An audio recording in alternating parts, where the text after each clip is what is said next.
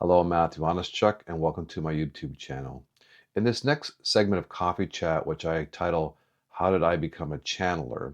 I'm going to share some historical background of my life and the events that have led up to where I'm at today, which is sitting in front of this camera and telling you that I'm a practicing channeler.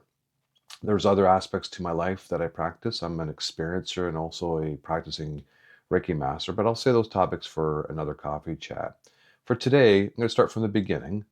As I've said in other videos, I'm just a regular guy and living a regular life. And yet here I am doing something that would be considered a little bit profound, which is opening up my life to the public and placing it on a YouTube channel. So what inspires a guy like me to do something like this when I'm very private in my personal nature? The answer starts from the very beginning of my life. So at the age of 12, I always knew what my life path wanted to be, what my dreams were. And it's a little unusual, but at the age of 12, I just knew that I wanted to be a father and a husband, and have somebody that would be the love of my life, that would be my partner in life, to grow together. I always had this inert sense that partnerships for me were the way to go. When you look around you, history is peppered with people who are very strong in their own right, but they went farther in life because they had a partnership. My favorite example is John Lennon and Paul McCartney, two amazing stars in their own right, and they were after the Beatles, so they demonstrated how each of their paths could be blazed and trailed all on their own. But yet, with the Beatles, when they joined forces, they were able to go further than they would have on their own. And I just had that inert feeling that that's what I wanted. I wanted a partnership with a mate for the rest of my life and see where that would take me. What kind of adventures would that bring to me? Because I just wanted to have a family and what most people would enjoy in terms of a fulfilling dream, which is, getting a house and having a fulfilling career, doing something that you love, and traveling the world and having these different types of adventures come into your life and helping you grow and learn. And so I wasn't much different than anybody else. And so what was different with me, though, was some events that occurred in my life that showed me that there were aspects about my being, my physical being, my mental being, my emotional being, where I was able to connect to the other side. And by the other side, I mean that which is non-physical. There is life after death, in my opinion. I know everybody may have a different opinion of that, but that's just my experience. But it started at a very young age. Around the age of 5, I was taught initially by my mother how to pray, and for some reason it just seemed very natural to me. And she taught me. She just taught me a little small prayer. I lay me down to sleep. I pray the Lord my soul to keep, and that was what she taught me. But I immediately seemed to have the natural ability just to take it where I wanted to go, which was have a conversation. And from that point forward, most nights I prayed. I would say, "Thank you for the things I have, and here's the things I feel that I need," at a very young age. And I built this relationship with what I would consider to be our Creator. And even though it's etherical, children have that inert sense of that there's more going on around them than your five senses can tell you, because young children don't have that, what I would call, the pollution of the world upon them just yet. The preconditioning, the false belief systems, the this is the way we do it, just do it this way kind of lessons that will interfere with our ability to really feel who we are and be more sensitive to what's really going on around us beyond what our five senses tell us. And in my family, there's a trait of, it doesn't happen for everybody, but there's a few in my family where they get visitations, or they get predictive information. It seems to come down my father's side of the family. And my father, although he was a man of the world, I always call him the father of the 70s, the 1970s. If you've had that kind of father, then maybe you can relate. He loved me, and but our relationship was very distant, and it was one of the things I had to work through in my life. But that's for another video.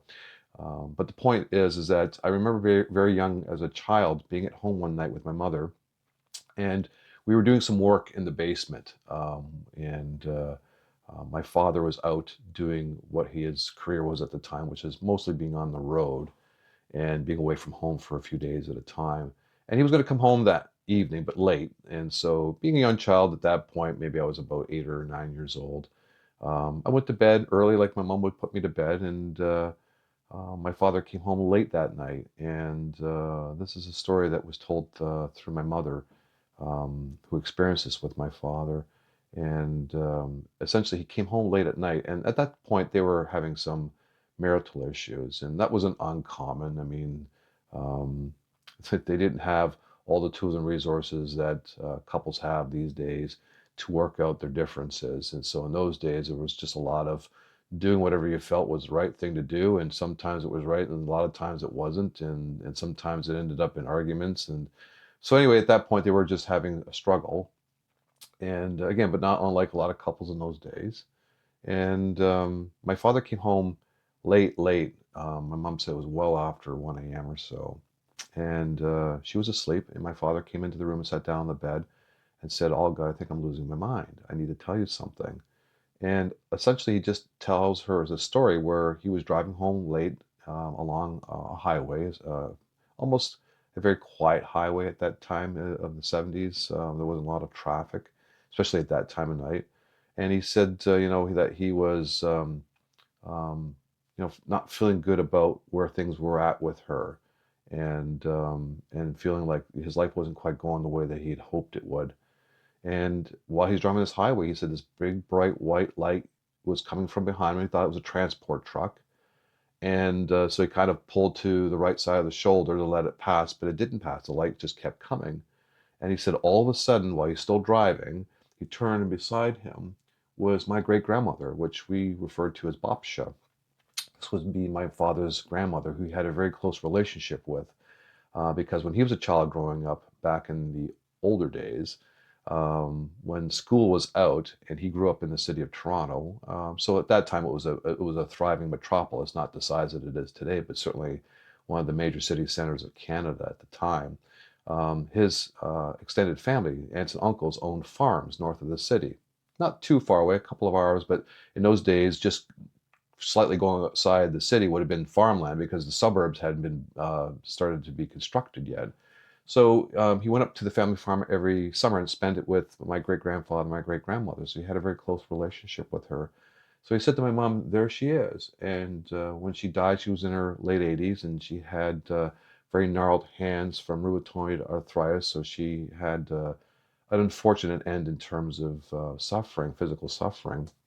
But he said that she looked like she was in her 20s, and so beautiful and youthful, and was wearing this beautiful blue gown, and was talking to him in Ukrainian because that's our family background, and my father was fluent in it, and essentially was saying to him, "I understand that you're having a hard time.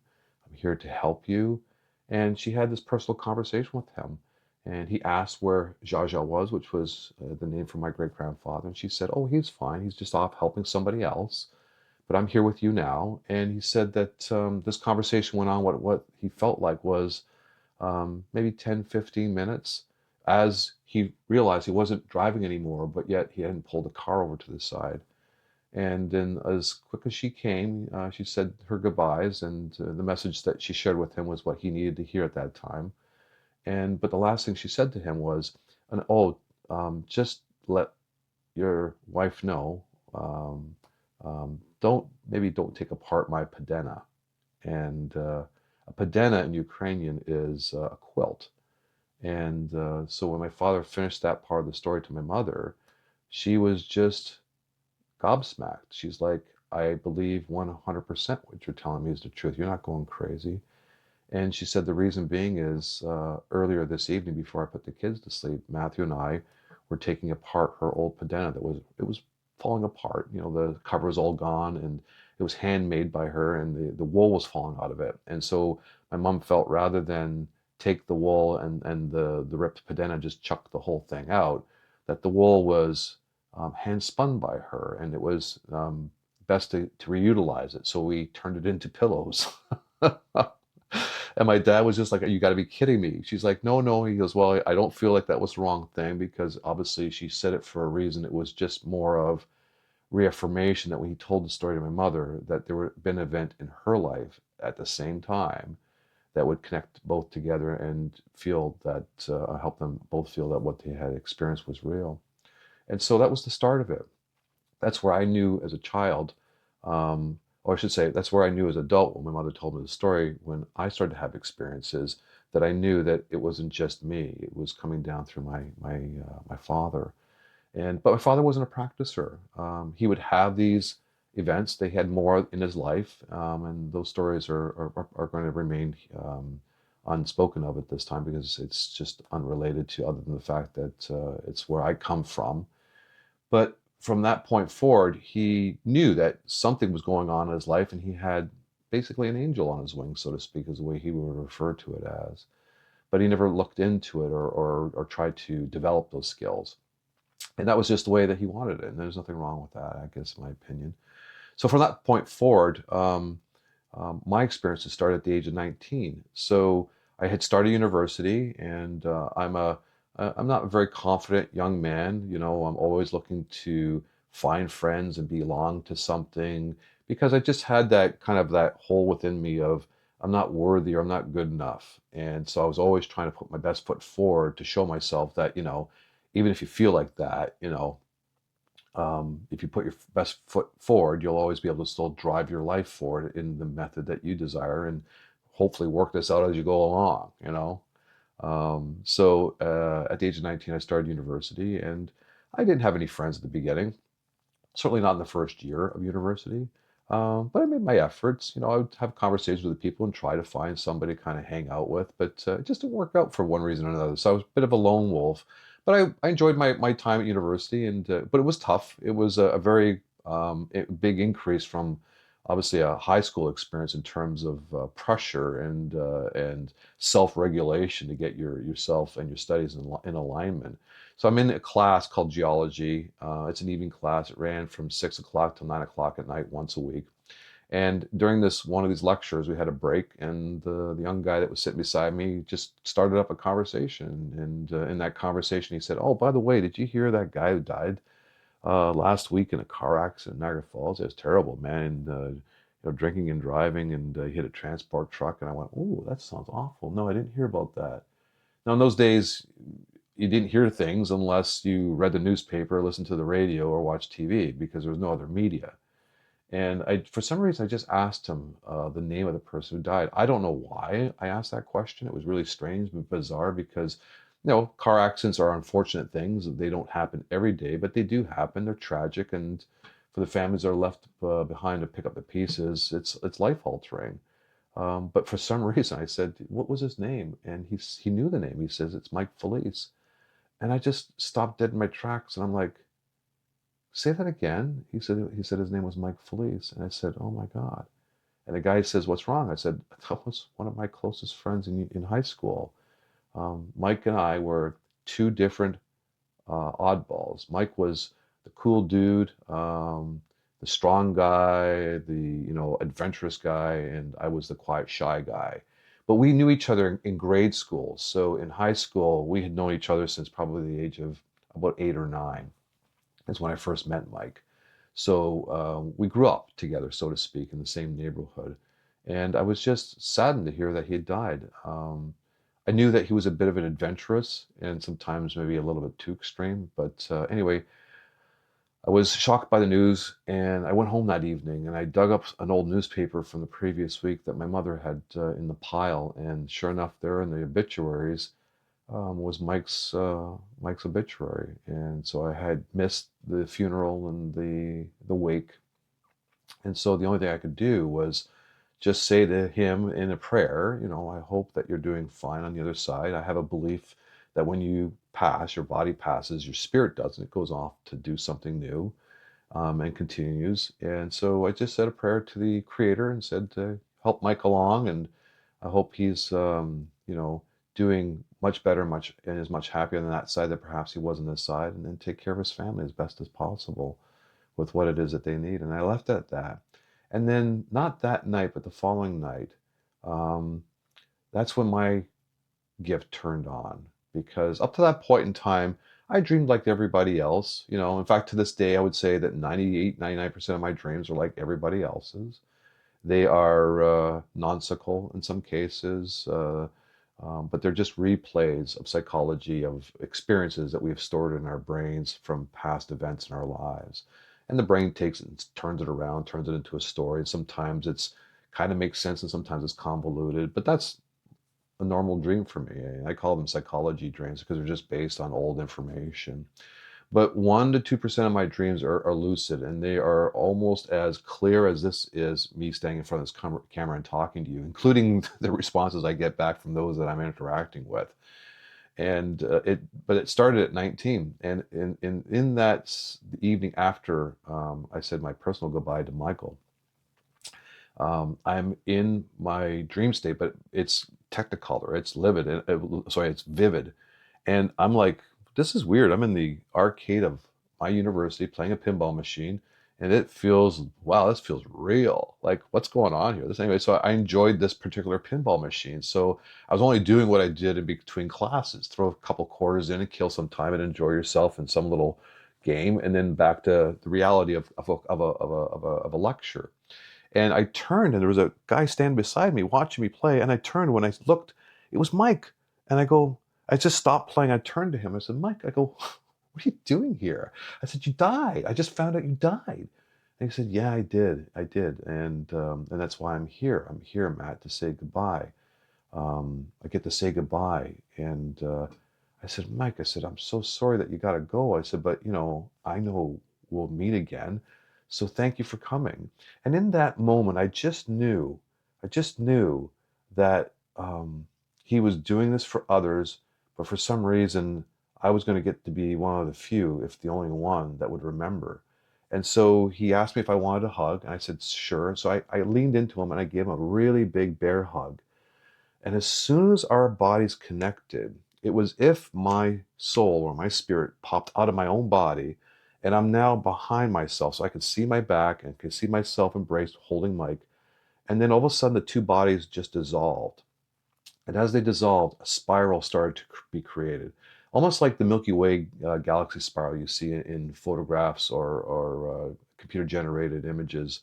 And it just kept spiraling bigger and bigger. But as it did, the most beautiful tie-dyed colors of more than a rainbow, um, and more clear and concise in terms of their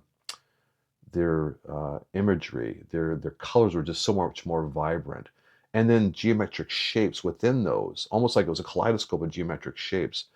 But beyond the visual that was just blowing my mind was this sense of love and acceptance and peace and joy. I mean, you could use whatever adjective you want. I was feeling it all at the same time. And because I also knew my personality at that time, as I said earlier, not the most confident guy, feeling unworthy, always feeling like I'm left out of the ball game or the soccer game, the last guy to be chosen for the team, so to speak. Oh my God. So maybe I had a little more trauma that I'm admitting to myself sometimes, um, but certainly self-induced. Um, it was all gone. It was all gone. I felt love and acceptance, and like I was that there was a feeling of, oh my goodness, we're so happy that you're here feeling, as opposed to like, hoping to be included. It was like just more than inclusive. It was like, man, we're happy that you're here. But there was nobody else there. The bodies had dissolved, and it was just this kaleidoscope of colors and geometric shapes. And it lasted for about a good minute, maybe even 2 minutes, I dare I say, in this dream state. But man, did I not want to leave. It felt like I had one toe in heaven. And it's one of the most profound experiences of my life to this day. That's why I can easily recall the story and the emotion and what the feeling was. And so I popped up out of my sleep, and I realized now that I'm in a dark room, my bedroom, but that feeling didn't dissipate. I laid there for probably a half an hour, just waiting to fall back asleep, and it just kept going and going. And when I did fall back asleep and woke up later that morning and started my day, I still had that feeling of, boy, that was just profound. That was special. That was life changing for some reason. I'm so grateful I had that experience. And that was my first experience with those types of dream states. And I also can see now back from this point in time back to then, there was also an attunement that must have occurred, because from that point forward, I then started having those types of dreams, not on an ongoing basis, but I would say randomly a few times a year. And they're very, there's two types. There was ones that were, well, three types. There was ones that were predictive. So a being would come to me and give me a predictive message. And by being, I mean usually a dearly departed loved one, a grandmother, somebody else that I knew in my family, or somebody outside of my family that I was close with would come and give me predictive information. And then I would just listen to it. Sometimes I'd write it down. A lot of times I didn't forget it. And then very shortly thereafter, whether it was the next day or the following period of time, usually within the week, whatever was told to me came true. And I just kept it to myself. The other type would be what I would say is just loving information. So sometimes a loved one comes to me and gives me just a little bit of a pep talk to say, you're on the right track, keep going. We know it's tough, but you're doing the right thing. And so it was helpful information in that way. And then other times it would be very surgical information, where they would come in and give me specific information about something that would be helpful that I could employ in my life to help me do better, to accomplish my dreams. And so those are the three different types I would get. But typically they're always the same way, in the sense that they were extremely vivid in technicolor, happening within my dream state, of course, but like just almost like reality like this. In fact, whenever a being would come to me to have the conversation, I'd see them more clearly and more defined physically than you could even see with your eyes in real life. I'm talking about lines in their faces. And then beyond what my eyes would be seeing in the dream, there's also this knowingness. I could see and receive information from them about their personality, about where they're at, about why they were there, without actually hearing the words. The words were usually, a predictive thing, a helpful thing, or something to employ thing. So they would still talk to me verbally. I would see their mouths move.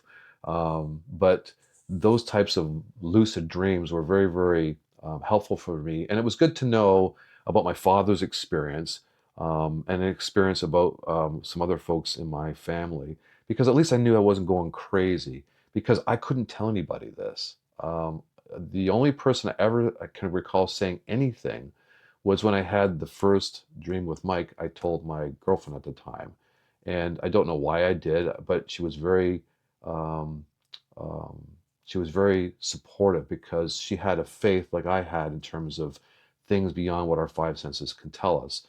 And so it was good to hear that from somebody at the time, because I just felt like I had to say something to get it out there. But from that point forward in the rest of my life, most of those dreams I kept to myself, with the exception of, as they continued throughout my adult life after I got married. I shared lots of it with my wife, because she's my partner in life and certainly my biggest pillar of support.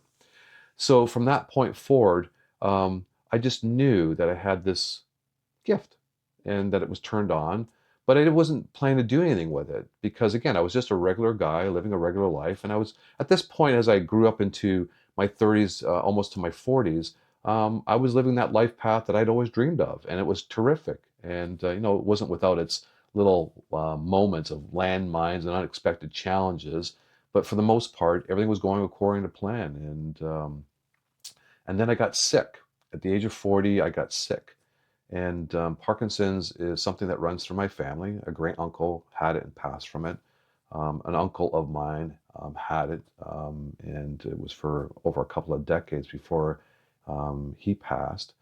And from my perspective, I knew that a shaking hand is not a good sign. And I won't go into all the issues that I was having at the time, but it was strong enough to know that I had to go and see a specialist. And so I did, and I followed that path.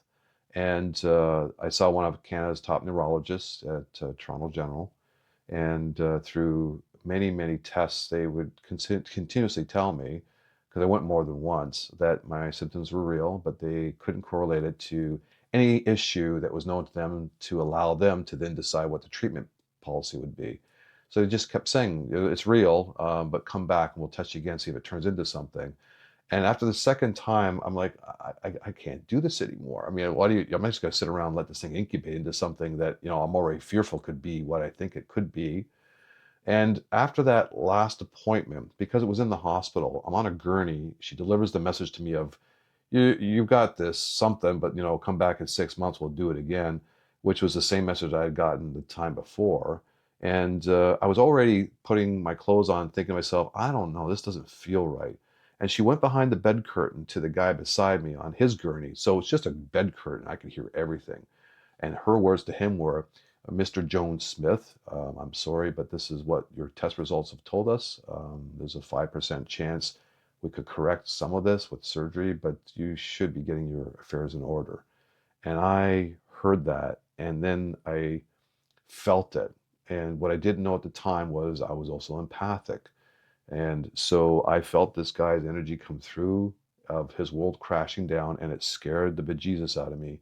And I literally ran out of that hospital. And when I pushed the doors open to get out of the hospital, I looked up at the sky, and I can remember this like yesterday. I said, I'm not going to end up like that. I'm willing to do anything. I'm willing to do anything. And this is coming from just a regular guy that loves beer and chicken wings and living the dream that everybody else seemed to be chasing, the white picket fence and the house and the family and the career. And I was just obviously ready for some major change because I wasn't going to allow myself to fall apart that way. And so I had learned a new lesson in that moment, that I was empathic. Now, I always knew as a child that I could feel things, but nobody told me what it was. And so I just grew up misinterpreting it. I've always felt that whatever I was feeling was coming from within me, not from outside in. In other words, even in that moment when I was 40 years old with the shaking hands and crying aloud saying, I'm willing to do anything, I could go into a corporate meeting room with five, six, seven other adults, feeling great, have a coffee in my hand. I'm on top of the world. Here I come, and I'd sit down, and all of a sudden I'd feel all this negative energy of just like somebody puts a blanket over you, and you don't know why you feel rotten. And what I didn't realize is that I was interpreting it wrong. I used to think it was me. I thought I would be coming into a room and feeling happy, and all of a sudden feeling negativity. And really, what was going on was it wasn't me looking at these people saying, oh, they're bigger, they're stronger, they're faster than me, I got to catch up. Oh my God, maybe they're not approving of me. All the negative stories, right, is what I would tell myself. This is all coming from me. And it wasn't. It was me feeling their energy. They're the ones who are worried about their jobs. They're the ones worried about whatever crisis we're trying to solve and had the sleepless nights. And I was feeling their negativity, but I was feeling it and interpreting it as my own energy, not realizing that it was coming from outside of me. And so in that hospital moment, I because I recalled that moment so well, because I felt that guy's world falling apart. I felt like this is the end. That's what I felt. This was the end. And the sadness, oh my God, the sadness. That's probably why I ran out of the hospital. It wasn't just to get away from my own fears of what was going to happen next, but I had to get away from that energy. And so that's when I discovered my second gift of being able to read a room, being able to read an individual's energy. So the best way I can analogize this is everybody, has had those moments in your life when you meet somebody new and you either feel really good about them and you don't know why because you just met them for the first time, but it's like feels like a long lost brother or sister. Or two, you feel like I got to get away from this person. I mean, I know what they're saying. It sounds like it's good, and they seem to be on the level, but there's something just down here telling me to don't mess with them. Like get away. And that is your own empathic abilities. We will refer to that as the sixth sense or the gut instinct. But you're reading their energy, and that's what I have. But it's just a little bit more profound, and it's a little bit more. The radius, it just seems to be a little bit a wider bandwidth for me.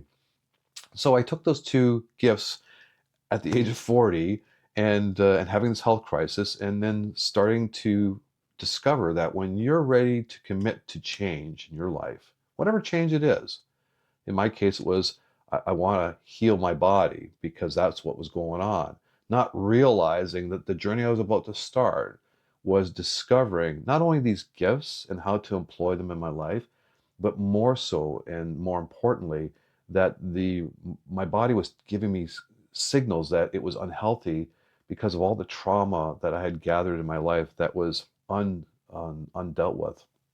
And that was a true start of my journey, which was learning that I had to release all the 100-pound bags of potatoes that I was carrying of, I'm not good enough, I'm not worthy enough, I need to be accepted. I mean, the list goes on and on. And but as I continued down that path of being with different types of practitioners would help me through this process. And it was a journey of over 16 years because, like I said, it started at 40. I'm now 56 years old. What I started to discover was a desire, a new desire, a new dream of trying to employ these gifts in my life from some of the examples I see outside of myself. So, as an example, my friend Anna Maria was a lifelong psychic. She was born that way. Her family was basically a loving family of Spanish gypsies who had that natural ability to help people with messages. And I thought, boy, that something that really appeals to me. Maybe one day what I'd like to do after my corporate career is just put up a shingle and a sign, and if I can develop my skills to the point where I'm confident that I can give accurate information that's helpful to people, maybe I'd like to do that. So I started to follow that path slowly. It was a meandering path at first because I was still living my 3D life of all the dreams and responsibilities I had at the time. But there's always this side gig where I'm always looking at what could I do next, and that's where I learned being a Reiki master and how energy works with my body. And I was taking it for the health of my being to release my traumas. But I also learned that I had the ability to do it. Everybody does, nobody's excluded. In fact, anything you hear me say that I have the capability of doing, or I feel I have the capability of doing, is the same for everybody. It's just a question of whether or not you want to develop it or not. All gifts are available, so nobody's absolutely special. We're all special in all of our own unique ways. It's just a decision of what we want to employ in our lives. And so I had this feeling like this is what I want to do. So I took courses. It wasn't something that happened overnight. It was a bit of a slog because you just don't turn these things on and develop and then hang up a sign and start doing the service. I suppose it can happen to some people, and I've heard stories where people overnight can have that happen for them, but that wasn't my experience. Mine was more of a slow growth, learning how to ground myself, but it wasn't about the accomplishment of attaining the skill. It was the release of the traumas that I had been carrying for so long and the personal recognition of who I am authentically, and then turning into that life path, and then taking the desire of, now that you learn authentically who you are, start to employ that. But still, there's still more release to come. There's always something left inside. When you think you got it all, nah, it doesn't work that way. Um, and so it's a constant release, but the more that you release, the more genuine you become. The more genuine you become, the more light comes in because the less potatoes you're carrying. And then your gifts can expand because they have the room to breathe. Because you will only absolutely be happy and fulfilled doing what you're authentically meant to do, which is your dharma. And so the way I'll end this video is I ended up channeling simply because that's been the most recent phase of my life. I went from the story that I've told you, and I still live the dreams that I had when I was 12 years old, and they're the most precious dreams of my life. But in the course of my awakening at the age of 40 with my health crisis and following that path and doing the things I described, this whole other aspect came into my life that I didn't know was there, but it was always there. It was always there. It just wouldn't reveal itself until I was on a path of learning about my genuine authenticity through the process of healing myself from my traumas, that it appeared and then became in alignment with me. And now, because it's been 16 years of working on myself, when I discovered channeling and got involved in learning how to do that skill, that it really started to blossom. All these skills seem to now intertwine with one another to support one another so that my channeling skills are where they're at today. And they continue to grow because I continue to shed trauma. It's not a process that you stop. It's not a process that ends. It's a continuous process in your life. I find that it gets easier as you continuously work. It's just like going to the gym. The first couple of months are hell because you're working the whole body out. It's not used to it. You're dropping probably bad habits as you incorporate new habits to build your body up strong. But after doing it for a year or two, not only do you look great and you feel great, you're a different person. You look back at the person you were before, and dare you say, I could never go back to that body because this body is so wonderful. I'm experiencing it.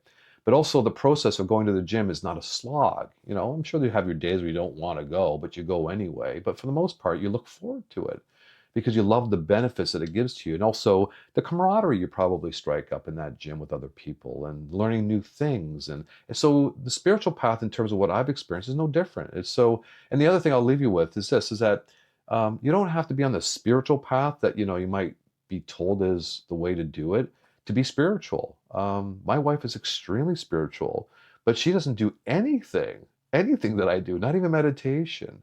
She doesn't even consider herself spiritual. But from my perspective, living and watching her grow, her life, the way she lives it, and by the way, she's a gym rat.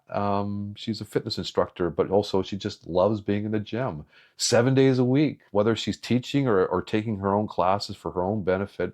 And it's been like that for the 25 years that I've been with her. But I can see how her living that Dharma is just as spiritual as me going on the path that I've described to you folks. So never think that you have to do spiritual things to be spiritual.